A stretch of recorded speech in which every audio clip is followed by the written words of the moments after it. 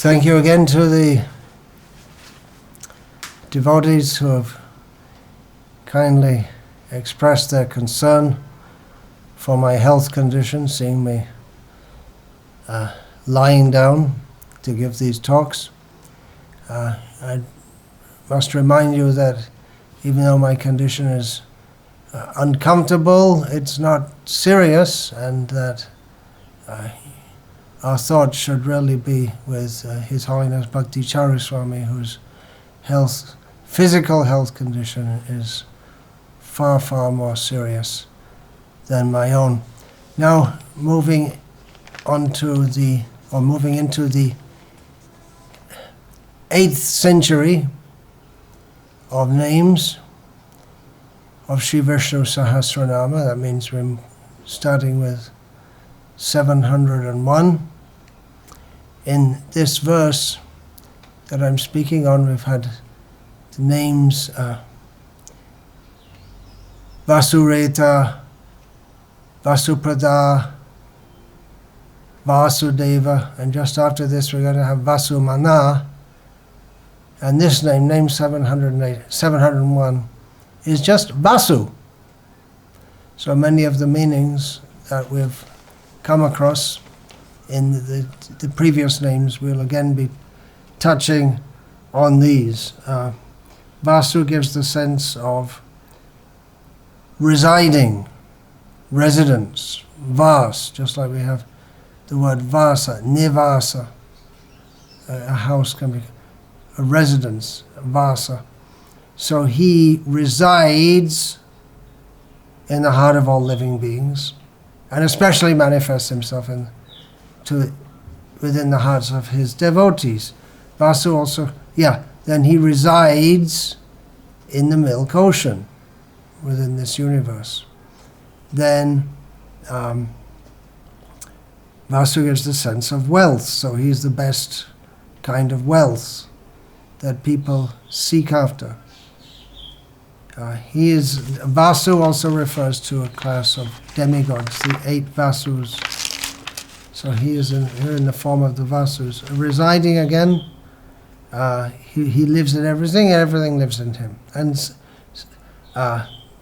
names like this, meanings like this. This name has already occurred twice in Vishnu Sahasranam, as name 105 and name 271.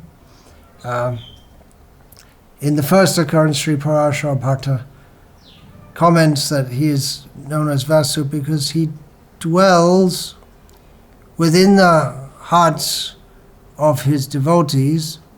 Now he resides in the heart of everyone, sarvasya chaham hridi sannivishtaha, but especially he's manifest within the hearts of his devotees.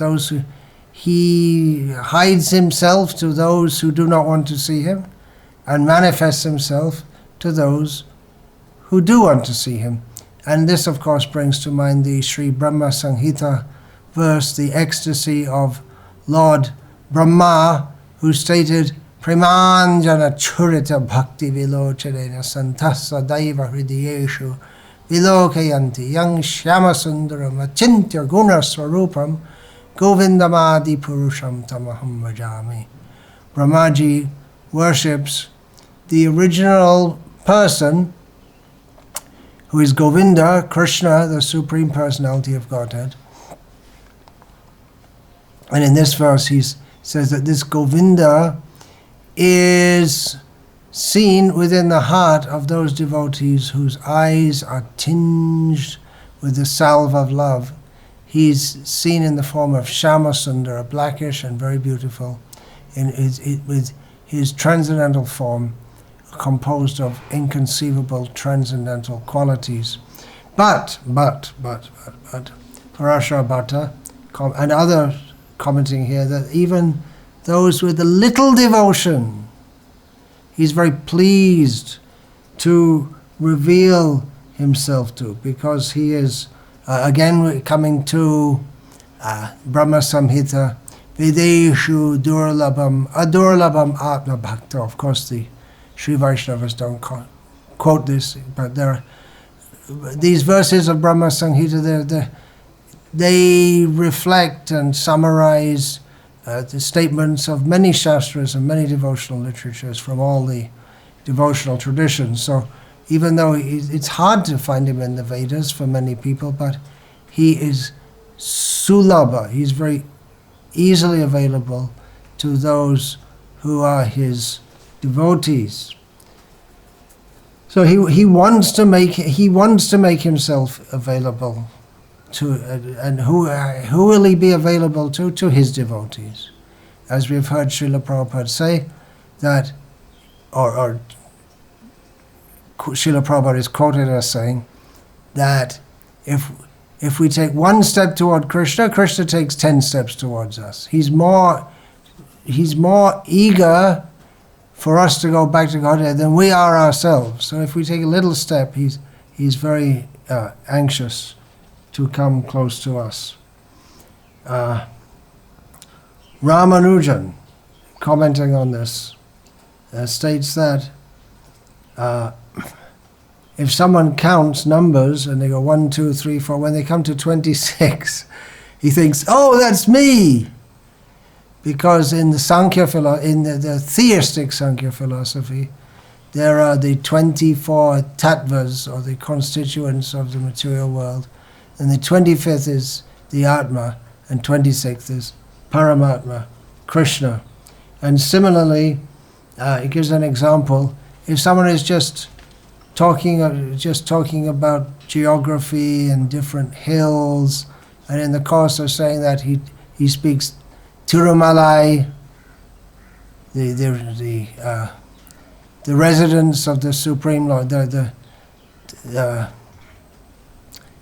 where Srinivas, Balaji, resides, then he becomes very pleased and rushes to the side of that person, even if he's not being particularly devotional, but just somehow or other he mentions the residence of the Lord.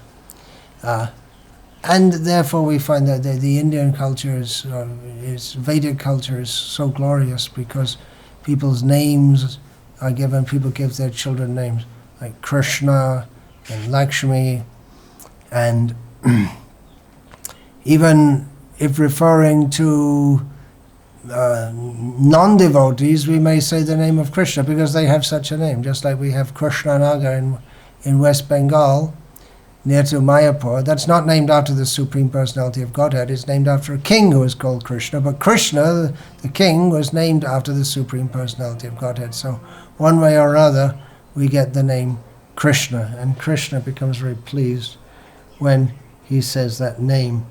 In this regard, Baladev Vidyabhushan, commenting here, quotes, Yatra Gayanti Mad Bhakta Tatra Tishtami Narada. O Narada, I reside.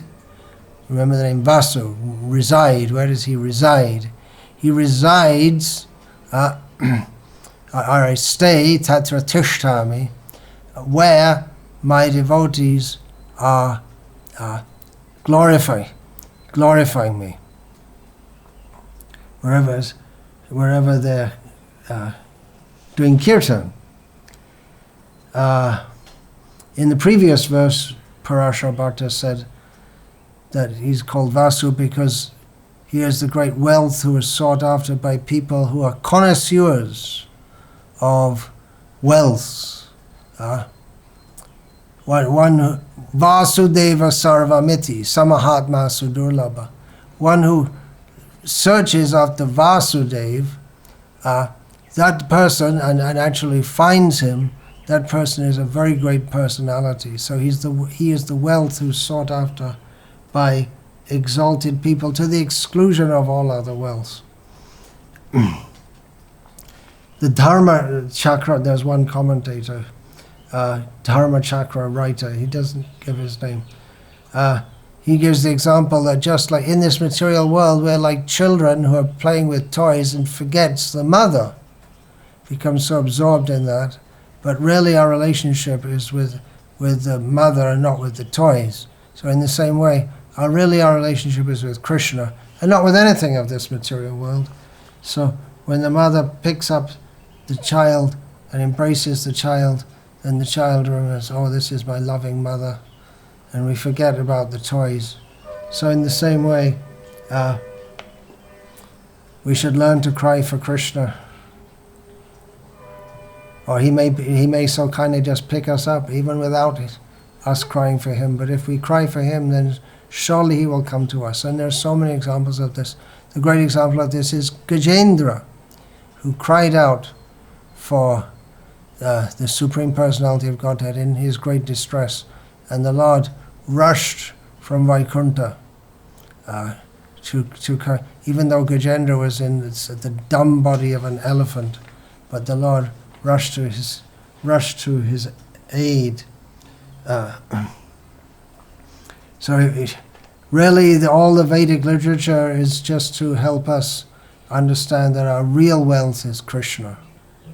That's all. And this Vishnu Sahasranama, that also, it's in so many ways just reminding us of the great treasure that we have forgotten. We're looking for wealth, happiness, success, fame, beauty, knowledge. Everything that we're looking for is in Krishna. He is that great wealth that we're looking for, but we don't even realize. Now, in this name, Parashara Bhakta, this whole series of names he's giving in connection with Krishna. So he's saying that in this particular occurrence of the name Vasu, Parashara Bhakta says that this refers to Krishna was residing on the milk ocean, Kshirodakashai Vishnu, and he took his avatar, came down as Krishna for the benefit of the world. Shankara, going back to his previous interpretations, that he's the indweller in all beings dwell in him, and that he is one of the 8 Vasus. Vasunam pavakaschasmi. Vasunam pavakaschasmi. In Bhagavad Gita, Lord Krishna says, he is Pavaka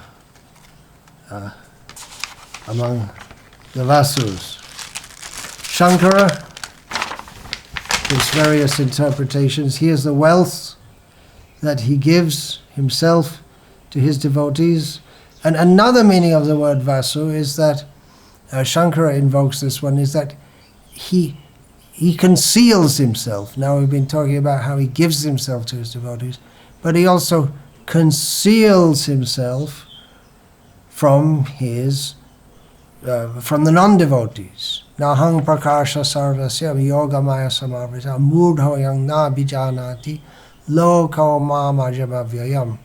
Krishna, who reveals himself to Arjuna, says that I do not reveal myself to everyone. I'm covered by my yoga maya potency, by which people, even though I'm so great, I'm the Supreme Personality of Godhead, but those who are covered by my maya potency, they can't understand me. So Arjuna was there with Krishna, and Bhisma was there on the battlefield. Duryodhana was also there. Duryodhana saw Krishna, Arjuna saw Krishna, but Arjuna actually saw Krishna because he saw him as the Supreme Personality of Godhead. But for Duryodhana, he couldn't see Krishna actually as he is, because Duryodhana saw Krishna as his enemy. So he didn't really see Krishna. But we could say the impression on his eyes was of Krishna, but he couldn't properly see Krishna. He couldn't understand Krishna. He was far, even though Duryodhana came right up to the head of Krishna when Krishna was resting, and they both, Duryodhana and Arjuna, came asking Krishna for his help in the battle. Duryodhana came right up to the head of Krishna, which he shouldn't have done, and Arjuna had the good sense to come to Krishna's feet. But even though he's so close, he's so far away, because in between Krishna and Duryodhana, there was the yoga maya potency by which he's deluded as to the actual nature of Krishna. Whereas a devotee, just like Gajendra, he was, of course, Krishna's everywhere, but the Supreme Lord came from Vaikuntha to deliver Gajendra. So we might think we're far, far away from Krishna, but we're very close if we're bonded by love. But for the non-devotees, they can't see him because they're covered, even though they may be very close, but they're covered by the Yoga Maya potency. In the Madhva line, they give the idea he's Vasu because he's the Antaryami, he's the indweller of all living beings, but particularly here in this context of the 8 Vasus. And particular, the Vasu by the name of Dyu, D-Y-U written in English. He was the last of the 8 Vasus who were born from Ganga. The previous 7, upon their birth, the goddess Ganga, who had become the wife of Shantanu, she threw the babies into the Ganga. And then the 8th one, Shantanu restrained her, saying, "You heartless woman, what are you doing?" Not knowing the mystery behind all of this. And then this one of the 8th Vasu, the 8th child of Ganga, he lived and he was Bhisma, and he was the Vasu known as Dyu, and this Vishnu's Sahasranama was spoken by who? By Bhisma. But Madhvacharya comments that actually Bhisma is saying, but it's the Supreme Lord himself, Vasu, Vishnu, within the heart of Bhisma, who's inspiring him to speak. So Vishnu's Sahasranama is spoken by Vishnu himself in one sense, in the sense that everything is done by him ultimately, and he inspired Bhishma Dev to recite these names, among which is Vishnu Sahasranam. He is Vishnu, he is Krishna before Bhishma, and he is the Vasu, whose this name we're going through now, and he's inspiring Bhishma to recite all these names. One meaning, not explained, he protects Varuna. Then another, he's the Varuna Dev. He's the another, he is the refuge of all. Ahamatma Gurakesha Sarva Bhuta Shayastitaha.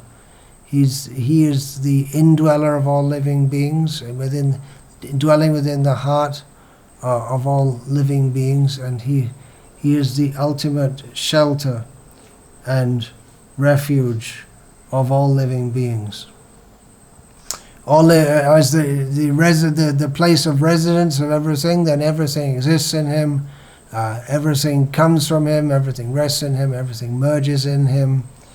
Sri Baladev Vidyabhushan, he gives the meaning here that the Supreme Lord always resides in his own eternal spiritual abode. Goloka, what is that? Goloka neva satya kilatma bhuta. So he's the indweller in everyone's heart, and he's residing in his own planet in Golok. So these are 2 meanings which can go with the name Vasu. And that's all I'm going to say for now. All glories to His Divine Grace, Srila Prabhupada. Vancha kalpatarubhyascha kripa sindhubhya vicha patitanam pavanebhyo vaishnavebhyo namo namah.